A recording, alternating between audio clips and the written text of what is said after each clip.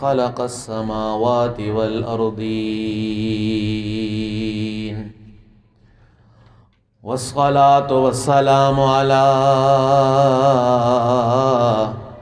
سيد الأولين والآخرين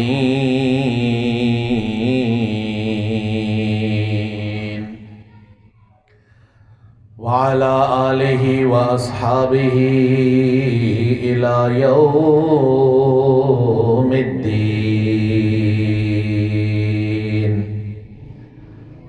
أما بعد فأعوذ بالله من الشيطان الرجيم. بسم الله الرحمن الرحيم.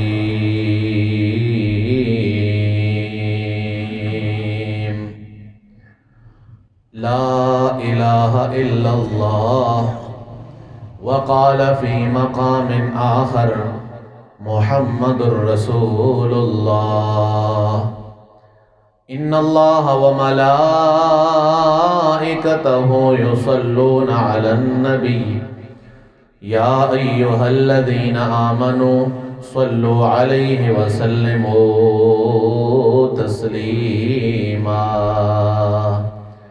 اللهم صل على سيدنا ومولانا محمد وعلى آل سيدنا وأصحاب سيدنا ومولانا محمد وبارك وسلم وصل عليه.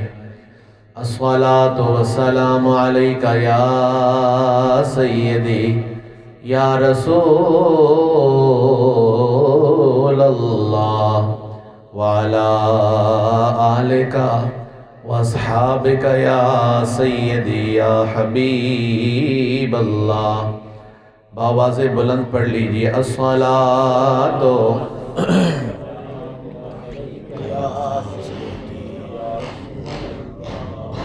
وعلی آلک.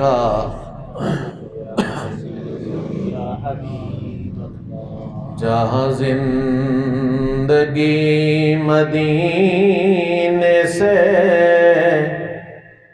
جھونکے ہوا کلا، شاید حضور ہم سے خفا ہے مناکلا.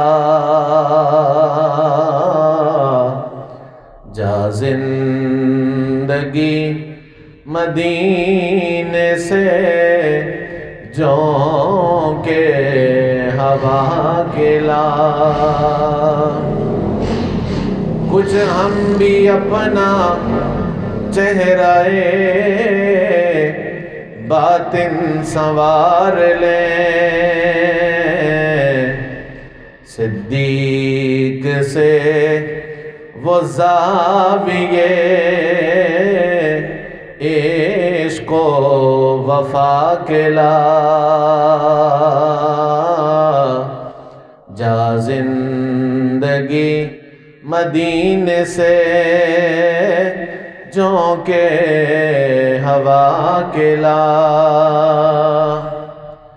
اور مغرب میں مارا مارا پھرنا گدائے علم،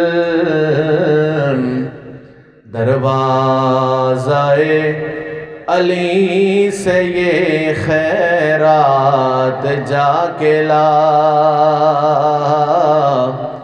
جا زندگی مدینے سے جھونکے ہوا کلا. اور باطل سے دب رہی ہے امت رسول کی، فاروق کے زمانے کا نقشہ اٹھا کے لا.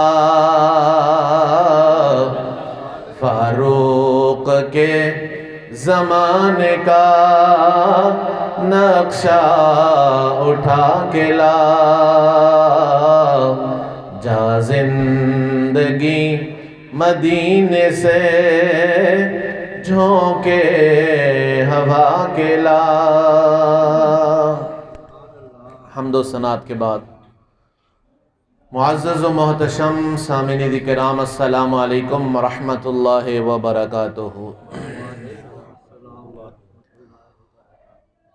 آج کی جمعۃ المبارک کی نشست، یہ دوسرا عشرہ رمضان جو کہ مغفرت کا عشرہ ہے، اس کے آخری دن میں اللہ نے ہمیں نصیب فرمائی ہے، اور اگلا شروع ہونے والا عشرہ جہنم سے آزادی کا ہے۔ ویسے یہ ساری عمر ہی ہماری رحمت، مغفرت اور جہنم سے آزادی حاصل کرنے کے لیے ہے۔ باقی جتنے کام ہیں ثانوی ہیں، سیکنڈری ان کی حیثیت ہے۔ پوری عمر جو یہ رمضان کے 3 حصے ہیں، 3 عشرے ہیں، یہ صرف ہمیں سبق یاد کروانے کے لیے ہیں۔ پوری عمر کا مقصد ہی یہ ہے کہ ہم اللہ سے رحمت لیں، اس سے ہمیں معافی مل جائے اور جہنم سے آزاد ہو جائے۔ جس بندے کو اگر 60-70 سال عمر ملنے کے بعد یہ 3 کام وہ کر گیا ہے، تو میں نہیں کہتا، اللہ کہتا ہے ذالک هو الفوز العظیم، بندہ جیت گیا۔ اور اگر یہ 900 سال بھی اگر عمر پائی ہے، 1000 سال بھی عمر پائی ہے، اگر یہ بزنس، بیوی، بچے، معاملات، دنیا، سٹیٹس، معاشرہ، عہدہ، اسی میں گم رہا ہے اور وہ مقصد رہ گیا ہے اس کا، تو پھر یہ ایسا ہارا ہے کہ جس جیسی کوئی ہار ہی نہیں ہے۔ تو یہ اللہ تبارک و تعالیٰ نے ایک سبق یاد کرانے کے لیے یہ چیزیں ہمیں رمضان شریف میں عطا فرمائی ہیں، لیکن ہم اس کو یوں سمجھتے ہیں کہ بس رمضان میں ہم نے حاصل کرنی اور پورا سال پھر ہم نے مڑ کے اس کو سوچنا بھی نہیں ہے رب کی طرف۔ جب کوئی پکڑ آ گئی، نعوذ باللہ منہا، اللہ معاف فرمائے سب کو، جب کوئی خواہش پوری نہ ہوئی، جب کوئی چیزیں مرضی کے مطابق نہ ہوئی، تو پھر رب کی یاد آئے گی۔ اس کے علاوہ پھر اپنی مستی میں مست ہے، عمر بھری مست ہے، کوئی پرواہ نہیں، نہ رب کی، نہ رسول کی، نہ قرآن کی، نہ دین کی۔ تو یہ عشرہ جہنم سے آزادی کا ہے۔ اس کے اندر 2 بڑی عظیم عبادتوں کا موقع ہے، اعتکاف، سنت اعتکاف کا، اور اس کے اندر اللہ تبارک و تعالیٰ نے لیلۃ القدر جو 1000 مہینوں سے بہتر رات ہے، وہ اسی عشرے کے اندر کوئی نہ کوئی رات ہوتی ہے، اللہ نے اس کو مخفی رکھا ہے، لیکن رسول اللہ صلی اللہ علیہ وسلم کی تعلیمات کے مطابق اس کے آخری عشرے میں ہونے کے چانس زیادہ ہوتے ہیں، تو وہ بھی اسی آخری عشرے کی نعمت ہے۔ اللہ وہ سب کو نصیب فرمائے۔ آج کا ہمارا موضوع ہے ہاں اور نہ، ہاں اور یس اینڈ نو۔ عجیب سا موضوع لگا ہوگا آپ کو کہ یہ ہاں اور نہ کیا چیز ہے۔ کوئی اعتکاف کی بات ہوتی، کوئی لیلۃ القدر کی بات ہوتی، کوئی رمضان کی بات ہوتی، کوئی قرآن کے فضائل ہمیں سنائے جاتے، یہ ہاں اور نہ کیا ہے؟ تو یہ جو یس اینڈ نو ہے، چھوٹا سا بچہ ہے، ابھی تھوڑی سی اس کو سینس آئی ہے دنیا میں، 7 مہینے 8 مہینے، تو اس کے اندر آٹومیٹکلی ہاں اور نہ پائی جاتی ہے۔ جب اس کی مرضی کا کام کرے نا، وہ خوش ہوتا ہے، بول نہیں سکتا ابھی، اس کو دنیا کے جذبات کا نہیں پتہ، معاملات کا نہیں پتہ، لیکن اس کی مرضی کا کام ہو تو مسکراتا ہے، اٹھا کے پھریں ٹاٹے ہی کرائیں تو کتنا خوش ہوتا ہے، لیکن ماں نہ اٹھائے، دودھ نہ دے، اس کے لیے قبول تو نہیں، وہ روتا ہے۔ تو گویا جس طرح پیدائشی طور پر، فطرتی طور پر بچے کو کوئی بھی نہیں سکھاتا، لیکن اس کو چوسنے کا طریقہ آتا ہے۔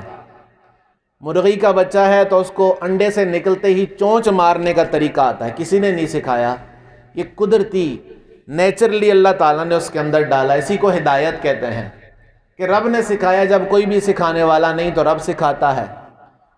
اسی طرح اس کے اندر ہاں اور نہ، قبولیت اور رد، یہ 2 جذبے فطرتی اس کے اندر موجود ہیں۔ یہ سکھانے کے بغیر ہی جس طرح چوسنا بچے کو آتا ہے، اس طرح ہاں اور نہ بھی اس کے اندر پائی جاتی ہے۔ اب اس کے بعد ہوتا کیا ہے، اللہ تبارک و تعالیٰ کی ذات، اس سے پہلے میں یہ عرض کر دوں کہ یہ 2 ہی چیزیں اس کے پاس ہیں، ہاں اور نہ۔ اگر اس کی ہاں اور ہیں بھی دونوں ضروری ہیں. ہاں بھی ضروری ہے، نہ بھی ضروری ہے. صرف ہاں ہوگی تو نقصان ہے، صرف نہ ہوگی تو نقصان ہے. اب فائدے میں وہ ہے کہ جو حق کو ہاں کہہ دے اور نہ حق کو نہ کہہ دے. تھوڑا سا آگے جائیں گے مزید آسان ہو جائے گا. کامیابی یہ ہے کہ جو ہاں ہے، یعنی اللہ تبارک و تعالیٰ کی ذات ہے، ہاں ہے، یس ہے، ایسا نہیں ہو سکتا کہ اس کا وجود نہ ہو. تو اس ذات کو ہاں کہہ دیا تو اللہ کے ہاں ایمان والا ہو گیا. اور اگر اس ذات کو نہ کہہ دیا تو کافر ہو گیا. اسی طرح اس کے ذیل میں جو رب نے کہا ہے یہ ماننا ضروری ہے، سب کو ہاں کہہ گیا تو ایمان کامل ہے. اور جو رب نے کہا یہ چیزیں کرنی ہیں، آخرت ہے، کتابیں ہیں، رسول ہیں، یہ ساری چیزیں ہیں، نہ ہے تو اس کی طرف سے بھی ریجیکٹڈ ہے. تو گویا پورا دین ہاں اور نہ کا مجموعہ ہے. اگر اس کے اندر ہاں ہو باہر نہ ہو پھر بھی کام ادھورا، اور اگر اندر نہ ہو باہر ہاں ہو تو اللہ کہتا ہے ان المنافقین فی الدرک الاسفل من النار. اندر سے نہ ہے اور ظاہر ہاں ہے. تو جو بچہ آپ کے آگے ہاں کرتا ہے، جو آپ کی ہاں ہے اس کی بھی ہاں ہے، اور جو آپ کی نہ ہے اس کی بھی نہ ہے. ہو ہی نہیں سکتا. وہ اگر بہت بڑے مار کے نہ بھی مارے، صرف وہ اس جذبے کے ساتھ آپ کے دل کے قریب ہے. جو اسٹوڈنٹ، جو شاگرد، جو ماتحت میرے اور آپ کے، ہاں اس کی ہاں ہے اور میری اور آپ کی نہ اس کی نہ ہے، وہ بغیر کوئی بڑی ایفرٹ کیے وہ میری اور آپ کی رضا لینے کا مستحق ہے. ہم خواہ میں موجود ہے نہیں اس کے اوپر راضی ہیں، کیونکہ جو چیز آپ کو قبول ہے اس نے اس کو قبول کیا، جو آپ کو قبول نہیں اس نے اس کو ریجیکٹ کیا، رد کیا. اسی طرح یہ بندہ اللہ تعالیٰ نے اس کو کہا لا الہ الا اللہ. لا میں نا سے شروع ہوتا ہے، کوئی الہ نہیں الا اللہ ہو، ہاں مگر ہے تو وہ ایک ذات وحدہ لا شریک ہے. محمد الرسول اللہ، محمد صلی اللہ علیہ وسلم اس کے رسول ہیں. تو یہ ڈوز اینڈ ڈونٹس، یس اور نو، کرنا اور نہ کرنا، اوامر اور نواہی، ہاں اور نہ، یہ دین کے دونوں ہی پہلو ہیں. انہی دو کا مجموعہ دین ہے. نقصان میں وہ ہے کہ جس نے ہاں کو نہ کی ہے، یعنی جس نے رب کو نہیں مانا، وہ بڑے نقصان میں ہے. اللہ کہتا ہے ذالک هو الخسران المبین، ذالک هو الضلال البعید.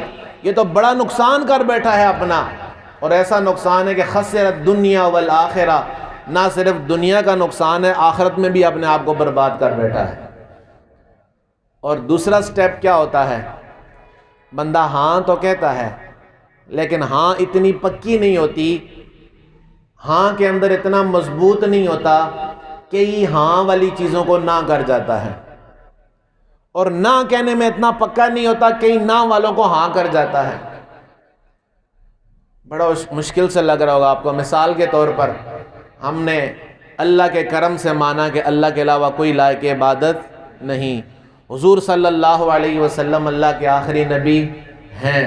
قرآن پاک اللہ کی سچی کتاب ہے. قیامت قائم ہونی ہے، اس کے انبیاء تشریف لائے ہیں، سارے سچے ہیں، ملائکہ ہیں. یہ ساری ہاں ہم نے کی. لیکن جب رب کہتا ہے کہ سچ بولو تو اس ہاں میں ہماری ساتھ نہ بھی شامل ہو جاتی ہے. کہتے ہیں ہاں سچ بولنا چاہیے، لیکن منہ سے نہ نہیں کہتے، لیکن اندر کہتا ہے کہ نہ، اس جگہ پہ سچ نہ بول، یہاں تجھے 2 پیسوں کا فائدہ ہو جائے گا، یہاں تو بے عزتی سے بچ جائے گا، یہاں تیری ذرا بیجا بنی رہے گی. اگر تو سچ بولے گا تو تیرے اوپر بات آئے گی. حالانکہ رب کے سامنے اگر بات آ گئی، دنیا کے سامنے نہ آئی تو کیا فائدہ ہوا؟ اور جہاں پہ رب نے کہا نہیں، ہاں کر، جہاں فرمایا نماز پڑھ، سچ بول، نظر کی حفاظت کر، زبان کی حفاظت کر، دل کی حفاظت کر۔ یہاں پر اس کی ہاں چاہیے تھی، اس نے ہاں کے ساتھ نا کو ملایا، نقصان ہو گیا۔ جہاں سے رب نے روکا تھا سچ، جھوٹ نہیں بولنا، غیبت نہیں کرنی، دل میں برا خیال نہیں کرنا، برا دوسرے کے لیے جذبہ نہیں رکھنا، نفرت نہیں رکھنی، یہ نہ تھی، لیکن اس کے لیے اس نے ہاں کا جذبہ اندر رکھا، تو یہ عملی منافق ہوا، یہ نافرمان ہوا۔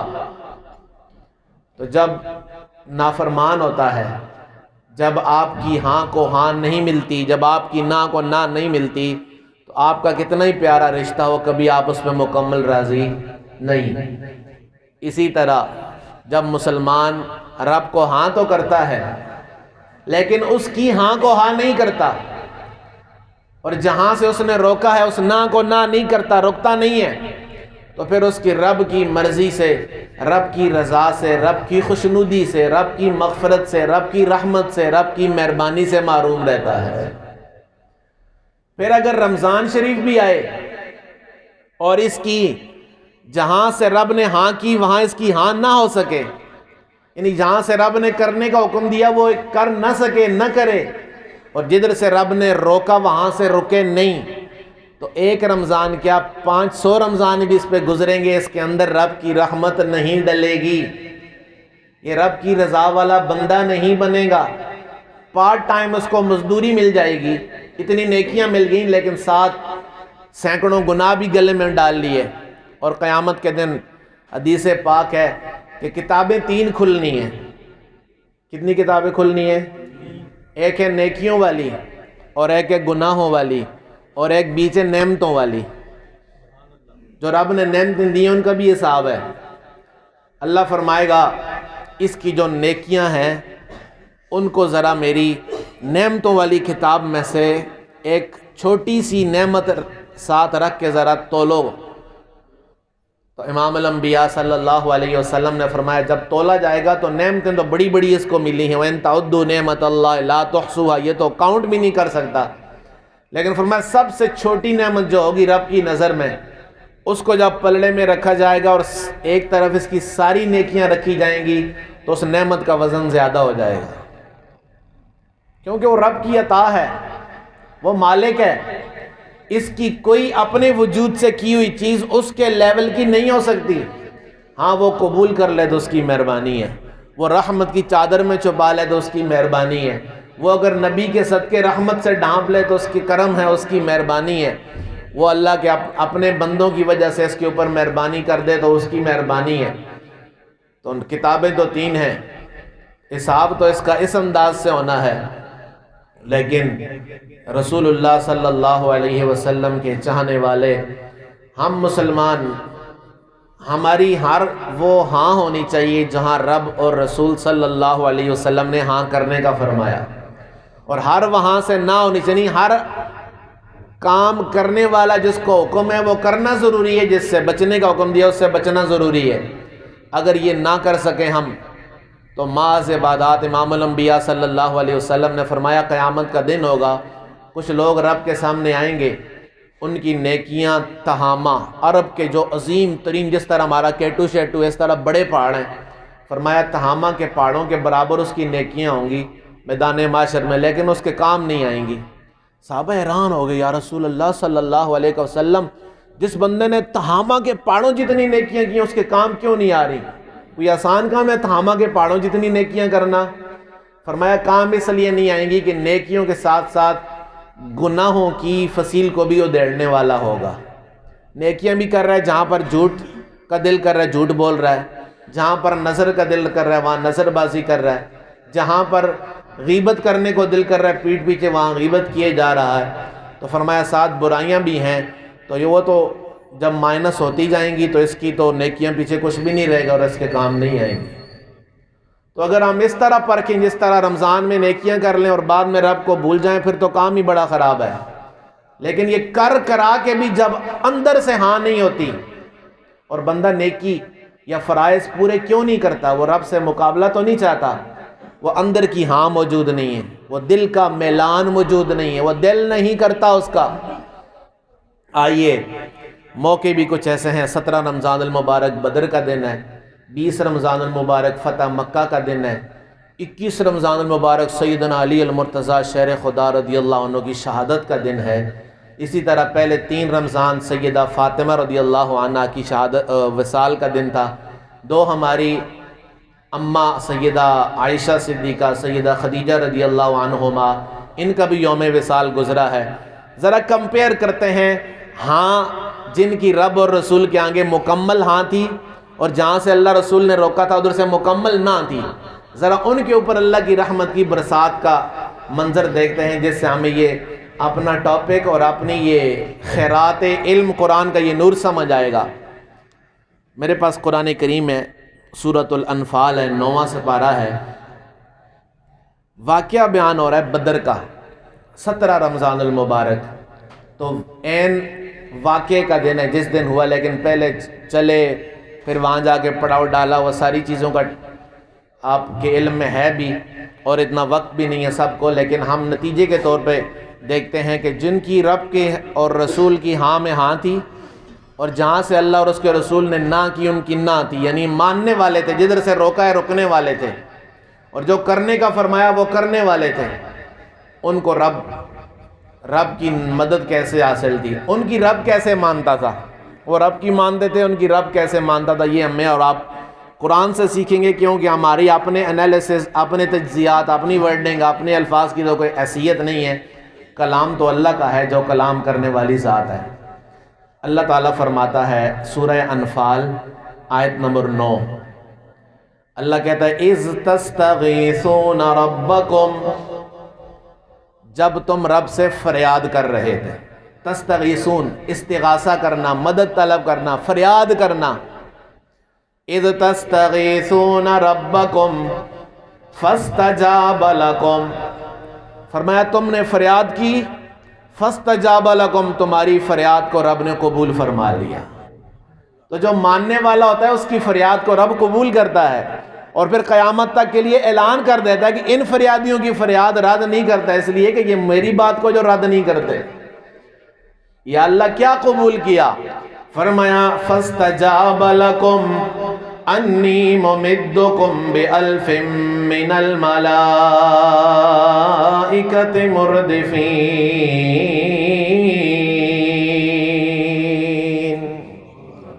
300 بندہ ادھر ہے، کچھ اوپر ہے، اور 900 یا 1000 کے قریب بندہ کفار کی طرف ہے۔ ان کے پاس اسباب بھی ہیں، ان کے پاس اسلحہ بھی ہے، ان کے پاس اس علاقے کی جو میجورٹی ہے وہ بھی ان کو حاصل ہے، افرادی قوت بھی اور لوگوں کی ہمدردیاں بھی حاصل ہیں۔ یہ 300 لوگ ہیں، ان کے پاس چند تلواریں ہیں، کھانے کے لیے چند کھجوریں ہیں، سواریاں ہیں کوئی نہیں، مضبوط تلواریں ہیں نہیں، زریں چند ہیں، لیکن ہیں ماننے والے، کوالٹی ان کے اندر پائی جا رہی ہے ماننے کی۔ اللہ نے فرمایا تم نے فریاد کی تو تم ہو میرے ماننے والے، تم ہاں والے ہو، جہاں سے میں کہتا ہوں کرو تم کہتے ہو ہاں رب، پہلے تیار ہوتے ہو، کوئی نیا حکم آیا ہم ہاں کریں اپنے رب کو، کوئی نیا حکم آئے صحابہ اس بات میں ترغیب رکھتے تھے، دلچسپی لیتے تھے، یار کوئی نیا حکم تو نہیں آیا۔ ہم تو پرانوں کو کہتے ہیں اچھا یار اگلے سال کریں گے، اس سے اگلے سال کریں گے، شادی کے بعد کریں گے، عمرے کے بعد کریں گے، حج کے بعد کریں گے، ابھی عمر ہی کون سی ہے۔ لیکن صحابہ اندر سے ہاں کرنے کو تیار ہوتے تھے، تو جو رب کو ہاں کرتا تھا اللہ نے فرمایا تمہیں مدد کی ضرورت ہے، میں رب ہوں، میں چاہوں تو کافروں کو ویسے کن کہہ کر سب کو تباہ کر سکتا ہوں، میں چاہوں تو سارے کافروں کو کلمہ پڑھا سکتا ہوں، میں چاہوں تو بدر کے میدان میں زمین کے اندر ان کو دسا سکتا ہوں، میں چاہوں تو سیلاب لا کے ان کو تباہ کر سکتا ہوں، لیکن تمہاری شکل فوج والی ہے، تم اس ٹائم پہ فوجی بن کے کھڑے ہو، تم مجاہد بن کے کھڑے ہو، تم تلواریں پکڑ کے کھڑے ہو، تمہیں اپنے وہ ملائکہ جن کو میں نے ان کاموں کے لیے نہیں بنایا، وہ میری تسبیح کرنے کے لیے ہیں، وہ میری عبادت کے لیے ہیں، لیکن آج تم ماننے والوں کے لیے میں ان کو بھی فوجی بنا کے بھیج دیتا ہوں،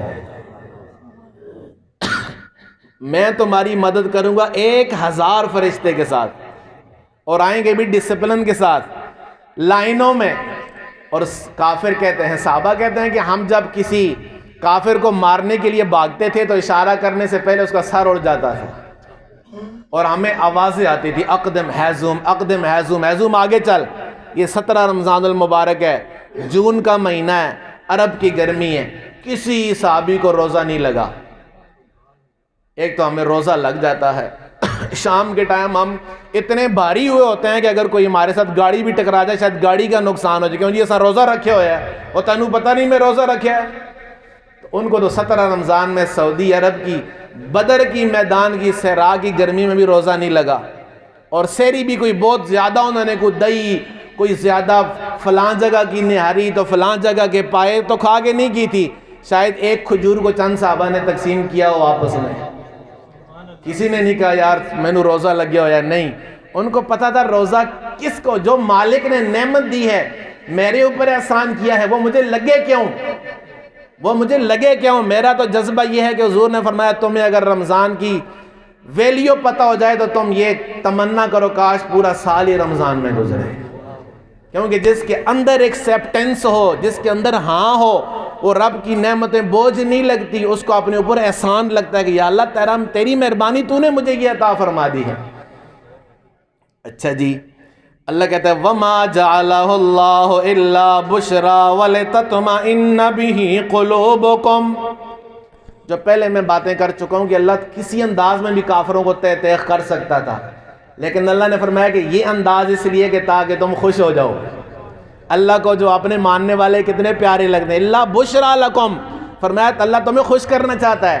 وَلِتَطْمَئِنَّ بِهِ قُلُوبُكُمْ، اللہ تمہارے دلوں کو مطمئن کرنا چاہتا ہے تاکہ مضطرب نہ ہو، یعنی اللہ تمہیں پریشانی سے بچانا چاہ رہا ہے۔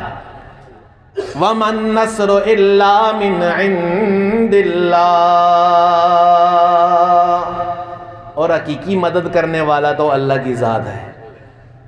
ان اللہ عزیز حکیم، اللہ غالب بھی ہے، حکمت والا بھی ہے۔ تھوڑا سا آگے اللہ نے انداز بدر والے ماننے والوں کے اوپر مہربانی کیسے فرمائی، فرمایا اذ یغشیکم النعاس امنۃ منہ وینزل علیکم من السماء ماء لیطہرکم بہ وَيُذْهِبَ عَنْكُمْ رِجْزَ الشَّيْطَانِ وَلِيَرْبِطَ عَلَىٰ قُلُوبِكُمْ وَيُثَبِّتَ بِهِ الْأَقْدَامَ۔ فرمایا رب نے بارش بھی نازل کی، موسم بھی بہتر ہو جائے، تم سکون میں بھی آؤ، تمہیں صلح بھی دیا، جس کو ہم اپنے انداز میں کہتے ہیں تاکہ فریش ہو جاؤ۔ رب کتنے ناز اٹھا رہا ہے یار ان بندوں کے، اور پھر قرآن میں ذکر بھی کر رہا ہے کہ میں نے یوں یوں یوں کیا ہے ان کے ساتھ۔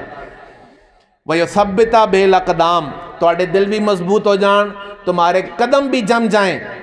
اِذْ يُوحِي رَبُّكَ إِلَى الْمَلَائِكَةِ أَنِّي مَعَكُمْ، رب نے فرمایا فرشتو میں بھی تو سنالا۔ ویسے رب تو ہر بندے کے ساتھ ہے کہ نہیں ہے، رب ہے کہ نہیں ہے سب کے ساتھ، لیکن جو رب کی طرف ریئیکشن میں وہ بھی رب کی طرف ہوتا ہے نا، پھر رب کہتا ہے اب وہاں پر رب کی قدرت کا اظہار ہوتا ہے۔ رب تو کافروں کے ساتھ بھی ہے، کس کے ساتھ نہیں ہے؟ وہ ہوا معکم اینما کنتم، وہ ہر جگہ پہ ہے جہاں بھی تم ہو، لیکن جو پھر رب کا ہوتا ہے، رب تو سب کے ساتھ ہے، جو خود رب کی طرف ہوتا ہے رب کے ساتھ ہوتا ہے، اس کا ہاں کرنے والا ہوتا ہے۔ پھر اللہ کہتا ہے انی معکم، میں تواڈے نال بدر چاں۔ کرنا کیا ہے؟ فرمایا فَثَبِّتُ الَّذِينَ آمَنُوا، تسی مسلماناں نو ثابت رکھنا ہے، انہاں نو ڈٹیا رکھنا ہے۔ سَأُلْقِي فِي قُلُوبِ الَّذِينَ كَفَرُوا الرُّعْبَ، اور میں کافروں کے دلوں میں تمہارا رعب ڈال دوں گا۔ وہ اتنے لوگ ہیں یار، 300 ان کو پتہ نہیں ہزاروں دیکھ رہے تھے، وہ اتنے لوگ ہیں، اتنی طاقت ہے، اتنی پاور ہے۔ فرمایا میں ان کے دلوں میں تمہارا رعب ڈال دوں گا۔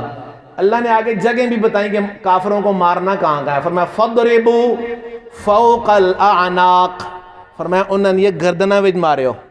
وَضْرِبُوا مِنْهُمْ كُلَّ بَنَانٍ، اور ان کے جوڑوں میں مارنا ہے۔ تو آپ کو پتہ ہے سکول کی سوٹیاں کچھ نہ کچھ ہر بندے نے تقریباً کھائی ہوتی ہیں، گردن اور جوڑ کی مار کا کتنا اثر ہوتا ہے۔ تو رب کی جو مانتا ہے رب تو اس کو یہاں تک ہاتھ پکڑ پکڑ کے رہنمائی کرتا ہے۔ فتح مکہ میں بھی ایسے ہوا، 10,000 کے لشکر کے ساتھ، جس جگہ سے امام الانبیاء کو ہجرت کرنا پڑی، اللہ تعالیٰ نے وہاں کے لوگوں کو پھر اس بات پر مجبور کیا کہ حضور کے سامنے سرنڈر کریں۔ اور جو کل مولا علی کی شہادت کا دن رضی اللہ عنہ، وہ ایک بندہ اس کی ایک تلوار کا سینکڑوں اور ہزاروں لوگ مقابلہ کیوں نہیں کر پاتے تھے؟ کوئی سپیشل جم جاتے تھے، کوئی سپیشل کشتے کھاتے تھے؟ نہیں، ایک ہی کشتا تھا، یا اللہ تیری ماننے والے ہیں، تیرے حبیب کی محبت میں زندہ ہے۔ اگر یہ ہاں مل جائے نا بندے کو، تو اس کا رمضان بھی رمضان ہے، تو اس کا غیر رمضان بھی رمضان ہے۔ اگر اس کو ہاں مل جائے رب کے آگے تو اس کی ہر رات ہی لیلۃ القدر ہے، اور اگر ہاں نہ ملی ہو، صرف چند دنوں کی ٹوپی پہن کی تسبیح کے لیے پھر رہا ہو، تو پھر لیلۃ القدر میں بھی اندر سے جڑا ہوا ہوگا، پھر اس میں بھی نوکری، اس میں بھی چند خواہشیں لے کر رب کے سامنے بیٹھا ہوگا، کبھی رب کے سامنے رب کے لیے بیٹھا نہیں ہوگا۔ اللہ تبارک و تعالی مجھے اور آپ کو یہ ہاں نصیب کر دے، لیکن یہ ہاں ملتی تب ہے کہ کسی ہاں والے کے ساتھ مل جائے۔ صحابہ کو ہاں ایسے تو نہیں ملی تھی، صحابہ کے ساتھ فرشتے ایسے تو نہیں آئے تھے، وہ امام الانبیاء کے سینے سے ہاں ملی تھی۔ تو یہ ہاں ملتی ان لوگوں سے ہے جن کے اپنے سینے میں رب نے ہاں رکھی ہے۔ اللہ تعالیٰ نے ہمیں ان بابرکت گھڑیوں میں وہ ہاں نصیب کر دے جس کے اوپر رب مہربان ہوتا ہے۔ وآخر دعوانا